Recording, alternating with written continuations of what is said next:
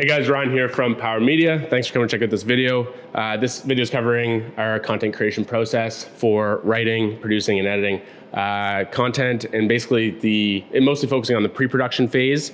But basically a couple things we want to cover first is the difference and debate between branding creative and performance creative. And we really believe that there's a time and a place for both.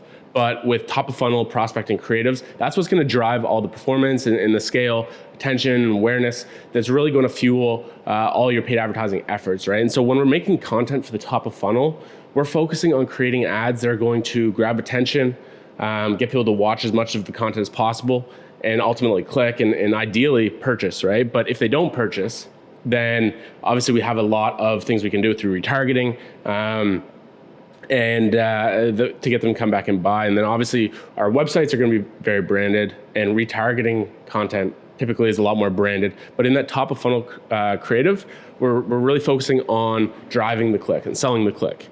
And so when we're running these prospecting ads, a lot of people don't already know your brand, right? And that's the whole point, is we're driving new people into the brand, and people aren't making decisions based on the branding of the creative. They're making decisions whether or not they're going to click based on the value propositions and what you're offering. And so that's one thing that we really want to keep in mind when we're creating these creatives. The second thing is that people make decisions based on emotion, and they justify those decisions with logic. And so when we're creating content and crafting messaging, we really want to focus on the pain that's being solved or the problem, and the benefits as well. That's how your product is going to improve someone's life. And so the features of the product are what we use to back up those claims, and use the features as a mechanism for achieving those benefits. And so it's really important that we're, especially in creative, people don't care about your product. All people care about is what you can do for them. And so we're going to jump in here and take a look at the process that we use for pre-production and creating ads at scale.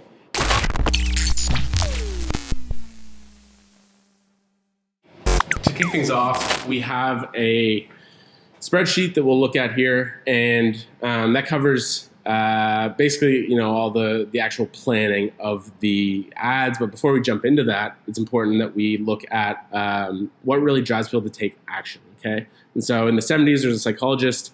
I forget his name. We can find it here. I think this is the article. Paul Ekman in the 70s identified 6 basic emotions they suggested were universally experienced in all human cultures. Okay, those emotions are happiness, sadness, fear, disgust, anger, and surprise. So basically, these are things that are hardwired into the human brain. And if we can tap into those, then it's going to make our advertising much more effective. Now, the second thing is you can look at this emotion wheel here, which basically outlines the 6 core emotions. And off that, we have kind of a web of other adjectives that can describe other emotions. And you can get really deep into this and basically look and talk about how combining 2 emotions makes another emotion, blah, blah, blah. But this is a really good resource for coming up with ideas when you're writing and planning out your content, okay? And so the other thing is there's a book called Cashvertising, which basically talks about what drives people to take action, how you can make more effective ads, and basically talks about how there are life force instincts that humans have. And those 8 instincts are survival, enjoyment of life, enjoyment of food and beverage, freedom of fear, pain, danger, sexual companionship, comfortable living conditions, to be superior or winning, care and protection of your loved ones, your family, and then social approval, to be accepted by others. And so these are really 2 core psychological pieces that we really look at when we're writing ads. And marketing is obviously 90% psychology, if not more. And if you can leverage these things, it's really going to help you write and create better content, better ads. They're going to be more effective. It's going to get people to stop watching because you can really tap into those emotions, and people will watch more of your content. In that case, you can hit them with more value propositions that your product and brand has, differentiators between you and your competition. And I'll show you how we tie that into our shot lists. So for this example, we're looking at Glamnetic. I'm sure you know of the brand. Basically, they have a ton of ads. If you can look through their ad library, it's a good resource to see what they're doing. And wanted to do this is an example because they have some great concepts that basically follow this pretty well. So here on our shot list, you have our core driving forces. So the life forces 8, as it's referred to. Another thing I forgot to mention is the learned wants. So you have these core driving forces, which are instinctual, and then you also have learned wants, which are basically pushed on us from family, society, and we get them as we grow up. And that is to be informed, curiosity, cleanliness of my surroundings, efficiency, convenience, dependability, expression of beauty and style, economy, money, and bargains. So with these, basically what you're going to want to do is go through and highlight all the ones which you think your product could resonate with or could be attached to, right? And so here we're doing magnetic eyelashes. And so I've highlighted freedom of fear, pain, danger, sexual companionship, to be superior, social approval, convenience, dependability, quality, expression of beauty and style, economy of money, and bargains. So all these things, basically what we didn't highlight, survival. I don't really think magnetic eyelashes are going to save your life. So if I'm wrong, sorry. But over here, what we're going to do is we're going to write out those 6 core emotions, and we're going to write out things for how our product can be attached to these emotions. So with magnetic eyelashes, with happiness, obviously when you put them on and your eyelashes look beautiful, that's going to be a very happy feeling. Compliments on your lashes from other people, being able to take selfies, and obviously kind of cheating here because I saw the ad libraries and the ads first. But nonetheless, a good example. And so some of it's not going to tie to your product, right? Sadness. I'm sure you could think of a creative way of how eyelashes make you sad. Maybe sadness of not having fake eyelashes, seeing someone else have really nice eyelashes and want them. And I'm sure you'd see jealousy on this wheel if you looked deep enough. But basically, you're going to want to fill that out and come up with as many as you can. And this is going to make writing your ads really easy, okay? And so the next part is our ad concept. So there's a bunch of different ad concepts that you can use. Basically, we boiled it down to the most popular. And here you see a visual diagram of, this one is a spokesperson, so you can kind of disregard this for now. But basically, these are all, spokesperson videos are like hero concepts, so they're, a lot more genre, more like, not necessarily infomercial, but more YouTube video. You have more time with someone, TV commercial. And so if you're touching on all of these individual points, then it's going to be really long. And obviously the platforms are favoring shorter content. And basically the ideal length for an ad is, it varies, but you're going to want to keep it around 15 seconds, ideally. Sometimes longer ads work, but typically the shorter creatives are going to perform a lot better, mainly because people just have such short attention spans, and so people aren't going to watch it anyways. So like I said, just disregard this, but basically this is our spokesperson framework, and that's the longest. And so all of these individual shots or concepts, I guess, are going to be pulled. So this can be rearranged, this can be chopped down. Most times it's going to be significantly chopped down. But looking at our ad concepts, we have our spokesperson or hero, X reasons why, so like 3 reasons why or 5 reasons why you need to try Glamnetic. The comparison concept, which is like an us versus them, comparing and showing the differences in your product. A product-focused ad, which can be like a cut Band-Aid, so really driving the problem, and then introducing your product as a solution.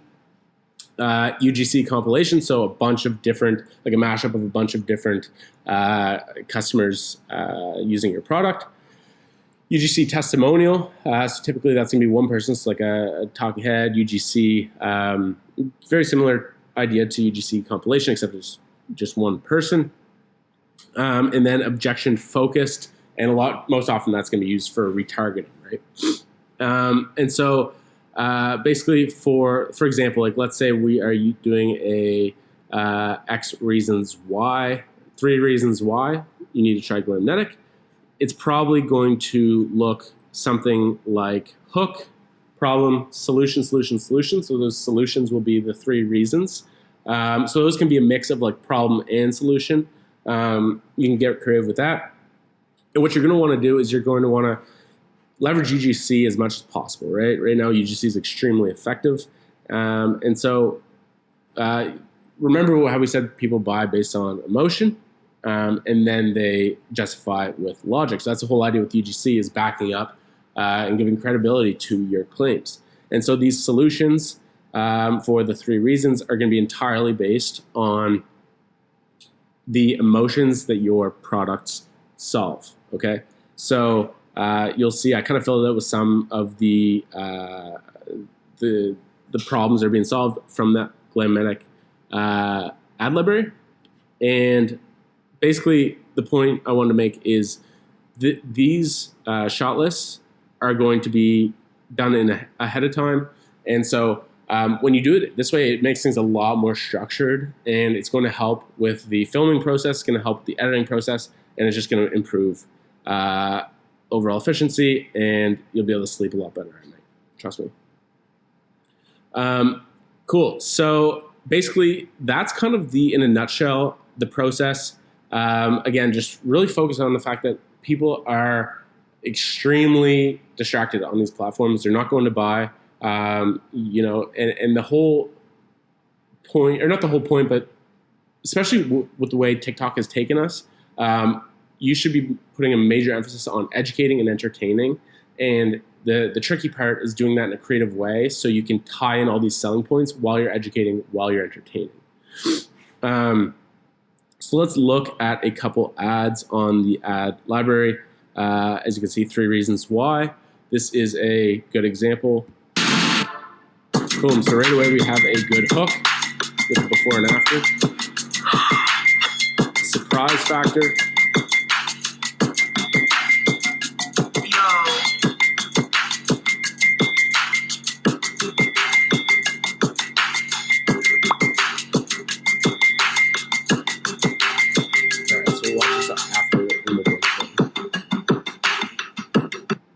Okay, let's watch it one more time and then we'll break it down.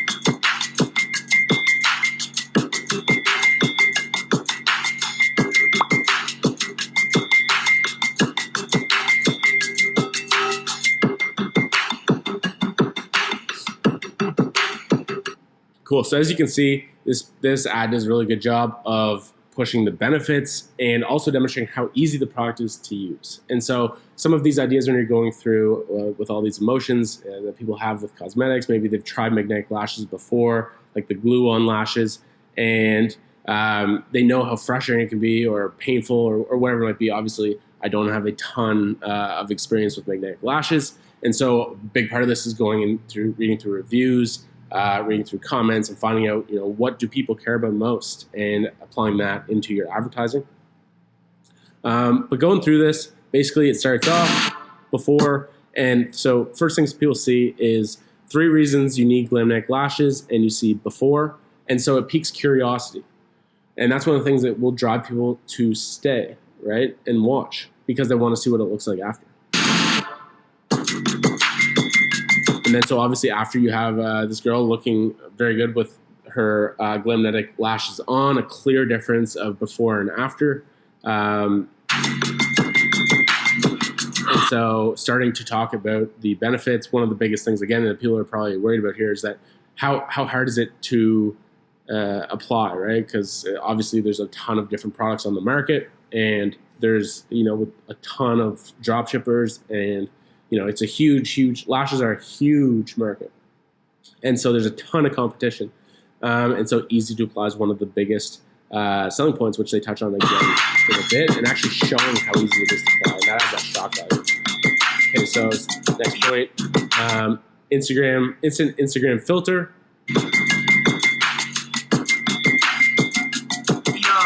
All day hold. And so that would be one of the pain points potentially, those emotions of is it going to work?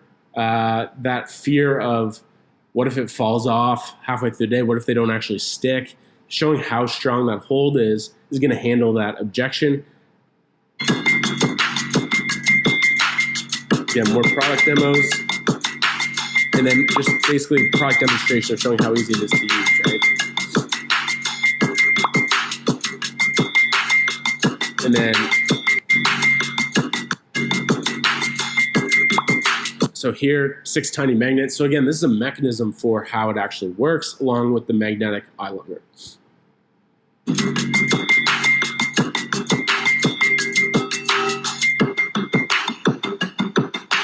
And then showing the finished product. So easy as 1, 2, 3, 3 simple steps. And basically that is, an ad concept that is relatively easy to film, right? Obviously we're talking the whole production process, a whole other ballgame, but all this is made a lot easier when you put the time in, put in the work in the pre-production process. Let's look at one more concept. I have been searching for good quality, easy to apply lashes for so long. I started hearing a lot about this company, Glamnetic, and I was seeing all these videos of people just putting on liner and then their lashes dropping into place. And I didn't believe it. I was so skeptical. And then I tried it and I was like, oh, this is so easy. So Glamnetic sells magnetic eyeliner and magnetic lashes, which just stick together and make the entire process of putting on fake lashes so much easier. So we're just, as you can see, using a lot of the same content, same models, different concept, different structure. Not really kind of a mix anywhere. of a UGC testimonial with product demo and that cut Band-Aid solution. So really just focusing on the quality of the product and what makes them different, right? Strong hold, easy to apply, and then backing up all their claims with good social proof. And obviously, huge brand, great product. But you can take a lot of these principles, a lot of things that we covered in this video, and apply it to your advertising, to your content creation process. Now, if you're looking for help with creating content that converts, schedule time to speak with me, and we'll chat, see if it's a good fit, and go from there. Basically, we help e-commerce brands, direct-to-consumer brands in the health, wellness, beauty space mainly, create direct response creative and scale that content up. So thanks for checking this out, and good luck with everything. So thanks for checking this out, and best of luck.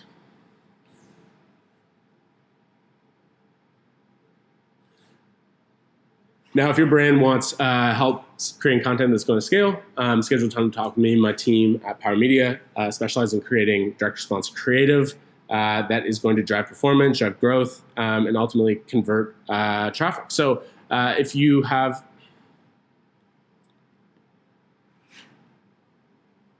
Now, if you